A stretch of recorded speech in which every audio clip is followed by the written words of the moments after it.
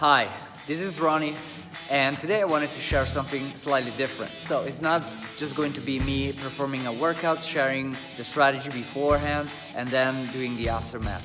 So now I want to talk about the workout that inspired me to do this video. It was an old open workout. I think it was the 18.1, where we had an AMRAP 20 minutes of 8 toes to bar, 10 single hand dumbbell clean and jerks, and 14 calories on the row.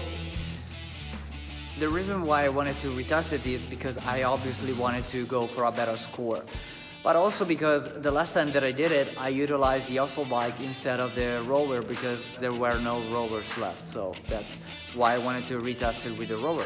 Also because there was a good chunk of time in between one test and the other, and I wanted to see if the conditioning was still there and if there was something different.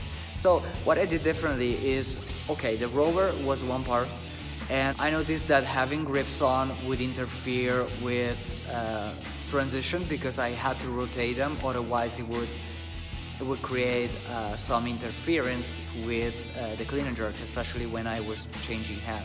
On the rower it was kind of okay, but yeah. So that was it pretty much, and I hoped that I could go for 11 rounds, so I paced it with that rhythm, but I realized pretty quickly that I was not going to sustain that, so I found myself into the middle of the workout trying to just get through each round. So that sometimes it pays off, sometimes it didn't, and the bottom line is that I get worse by one round.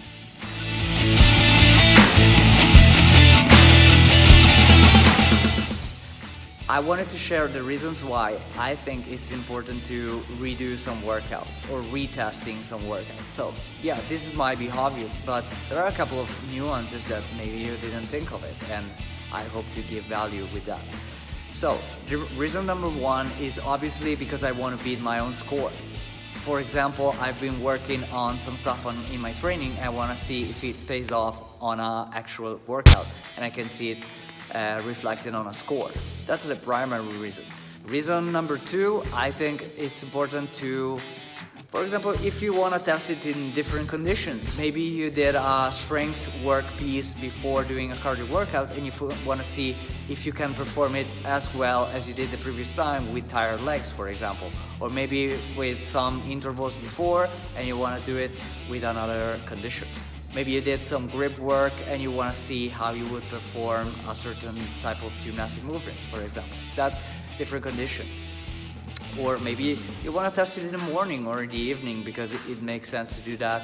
Maybe you're trying to prepare for a competition, and yeah, that's also something that makes sense. And the last one is, I said this for last because it has a lot of nuances. So number three, and what I think is the most important, is try a different strategy.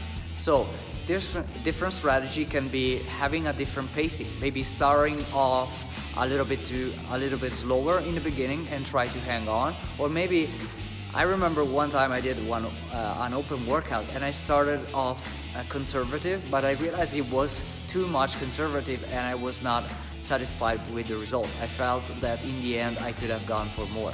So the time that I retested it, I went a little bit harder in the beginning, and yes, it was really hard toward the end, but I was able to sustain that and I gave everything I had, and the retesting was a success in that instance. So another thing to check a different strategy is also to break up the movements in different sets. For example, you want to go for bigger sets because, again, you worked on this movement and you want to go for bigger sets and see how it affects your breathing, for example. You want to see, what if I do this, for example, deadlift unbroken, and how would this affect the next movement that I have in this workout? Does it pay off to go fast? Or maybe if I go unbroken on this movement, my cycle rate gets lower and so it doesn't pay off. A different strategy that sometimes I try out is starting a different way on the rower, for example, or maybe having your grips on when doing a certain movement, or realizing if it pays off to have grips on. Maybe you have double unders and you have grips, or you want to utilize a lifting belt. I remember one time I utilized a lifting belt before doing muscle ups and I realized very quickly that it wasn't paying off because it interfered with me hopping on the bar. so that was not a good one. The reason why I think redoing workouts is important is not just to get my score better, but it's also a learning experience, or I would say that's the center of it. Because if I go faster, then good, I learned something. If I go slower, good, I learned something. Maybe I did something different. Maybe that day I didn't feel the best shape of my life, or I did some work prior to it and that affected me on the workout. Or maybe I just blew up the strategy. I went out too hot, and yeah, I want to retest it for that reason.